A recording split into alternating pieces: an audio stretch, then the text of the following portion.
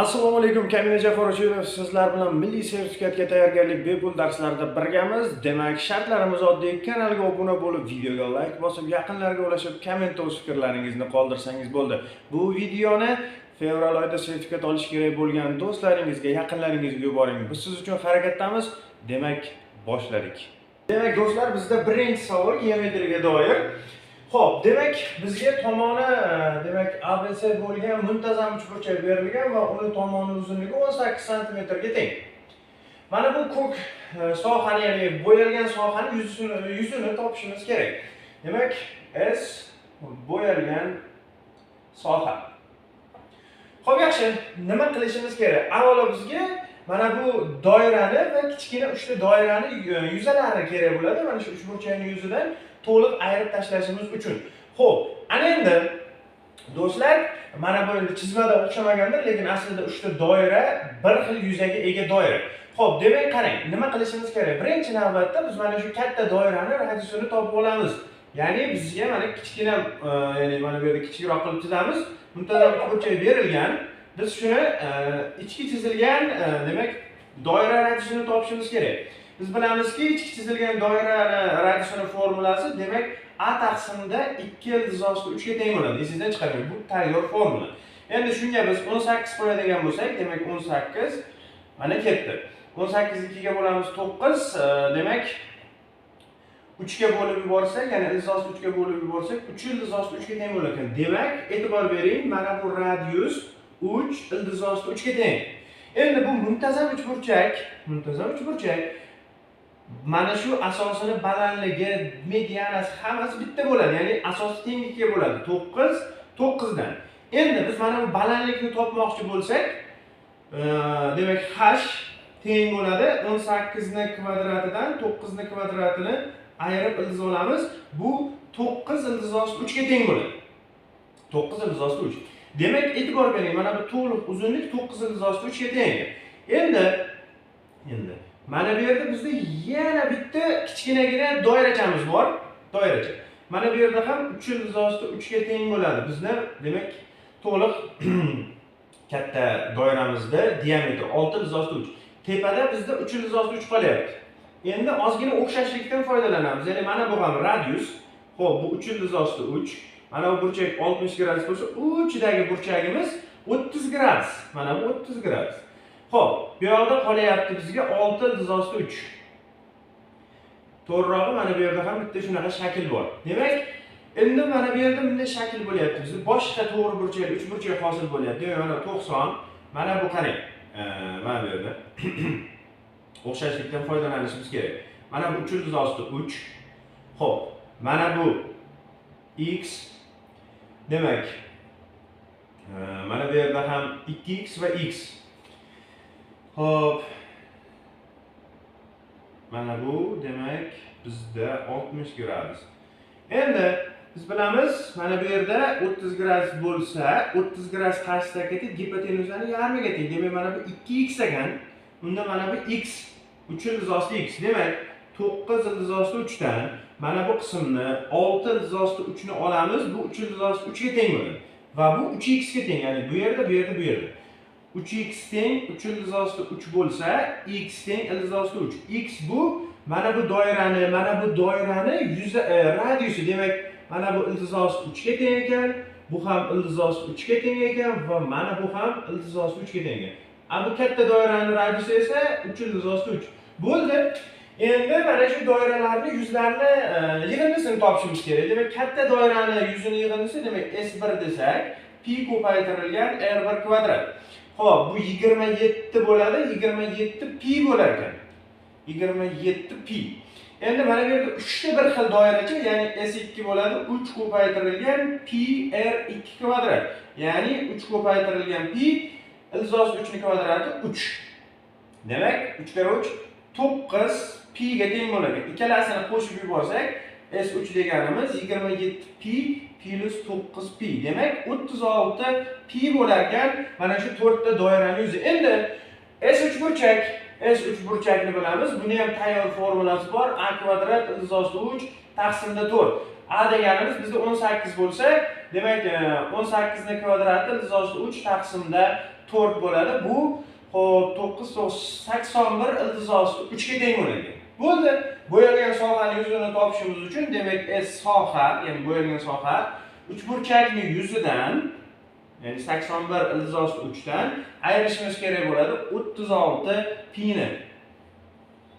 Demak do'stlar, bunday savollar milliy sertifikat imtihonlarida tushishi mumkin. Balki shu tushib qolar, videoni oxirigacha ko'rishni tavsiya beramiz va biz davom etamiz.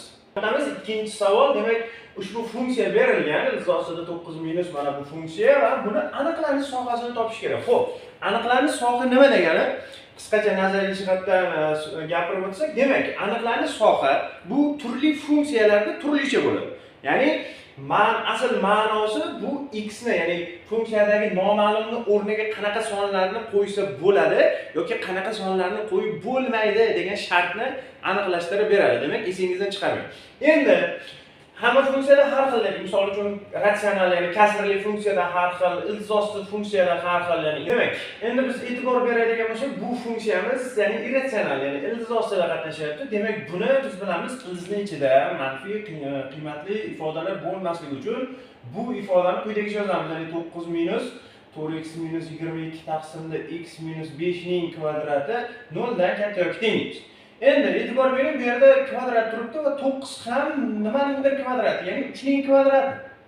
Endi ikkita kvadratda ayirmasi bor ekan. Demak, biz mana bu formuladan foydalansak bo'ladi. Ya'ni a minus b kvadrat teng a minus b, misol uchun a plus b. Ya'ni qisqa ko'paytirish formulasi. Buni hamma biladi, lekin sinfda bor. Yaxshi, endi bu yoqda bo'ladi, demak 3 plus misol uchun bir marta qo'shsak 4x minus 22 pastda x minus 5, bu bitta qavsda. Ikkinchisida 3 minus 4x minus 22 pastda x minus 5 ni kvadrat. Kvadrat yo'q endi. Xo'p, mana shu ifoda 0 dan katta yoki teng. Mahrajni berib soddalashtirsak, demak bizda bu 3x minus 15 plus 4x minus 22 pastda x minus 5, bu birinchi ifodamiz ko'paygan. Demak 3x minus 15 minus 4x, mana minusga minus ta'sir qiladi, plus 22, mahrajda x minus 5, 0 dan katta yoki teng. Yaxshi, soddalashtirsak, demak 7x minus 37 bitta qavsda, mana bu yerda qarang, minus x plus 7 pastda ikkita bir xil ifoda ko'paysa x minus 5 ning kvadrati bo'ladi, 0 dan katta yoki teng.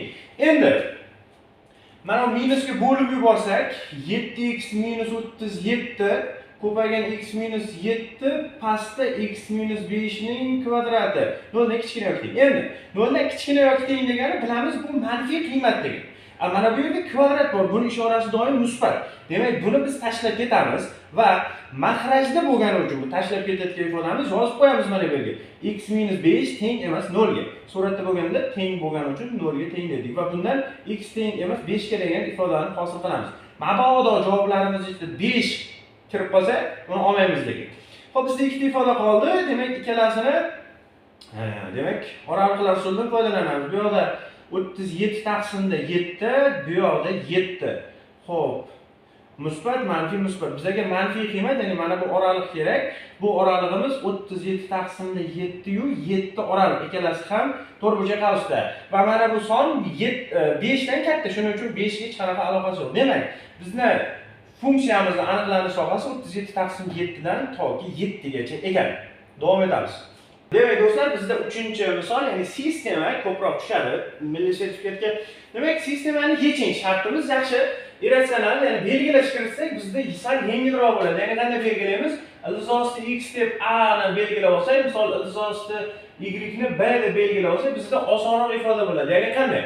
Xo'p, a kvadrat b plus ab kvadrat teng 30, pastda a kub plus b kub barobar 35. Endi bu yoqda bitta fint ishlatamiz, ya'ni tepa qatorni 3 ga ko'paytiramiz deb qo'shib yuboramiz. Shunda bizda nima hosil bo'ladi? Bizda hosil bo'ladi a kub plus 3a kvadrat b plus 3ab kvadrat plus b kub va 90 ga 35 qo'shsak 125. Bu qisqa ko'paytirishdir. Demak, bu a plus b, ya'ni yig'indining kubi 125. Bundan kelib chiqadiki, a plus b degan ifodamiz 5 ga teng bo'ladi. Yaxshi. Bu yerdan b ni topib olsak, misol uchun birontasini topib olsak, 5 ni hisobida. Endi mana bu ifodani salgina soddalashtirsak, qavsdan ya'ni umumiy ko'paytiruvchi qilib a b ni chiqaramiz. Ichkarida yana a plus b qoladi barobar 30. Demak, a ni o'zi b ni o'rniga 5 minus a ni qo'yamiz. A plus b ni yozdik 5 deb, o'rniga 5 qo'yamiz barobar 30. Xo'p, 30 ga bo'laveramiz. Demak, 5a minus a kvadrat barobar 6 bo'ladi. 10 tomonga o'tkazsak, demak a kvadrat, xo'p, minus 5a plus 6 barobar 0. Buni ikkita qavsga ajratamiz. Demak, a minus 2u a minus 3 ga ajraladi 0. Bu yerda a1 topsak 2, a2 ni topsak 3. Endi xuddi shunday b1 b2 ni ham topamiz. Demak, b1 ni topsak 3 bo'ladi. b2 ni topsak 2 bo'ladi. Endi x1 larni topishimiz kerak. Demak, qarang. Ildizosti x 2 ga teng bo'lganda ildizosti y 3 ga teng bo'lyapti. Demak, bundan bitta yechim chiqadi. X teng 4, y teng 9. Demak, mana bitta yechim. Endi ildizosti x'imiz 3 ga teng bo'lganda, ildizosti y'imiz 2 ga teng bo'lyapti. Bundan ham bitta yechim chiqadi. Demak, x teng 9, y teng 4 degan bitta yechim chiqadi. Demak, bizni sistemamizning javobi 4 u 9 va 9 u 4 degan. Demak do'stlar, bu bepul onlayn darslar. Shunchaki videoni oxirigacha ko'rib, fikr mulohazalarni kommentda qoldiring, yaqinlarga ulashing. Biz siz uchun harakatdamiz. Xudo xohlasa fevral oyida sertifikatni siz bilan birga olamiz.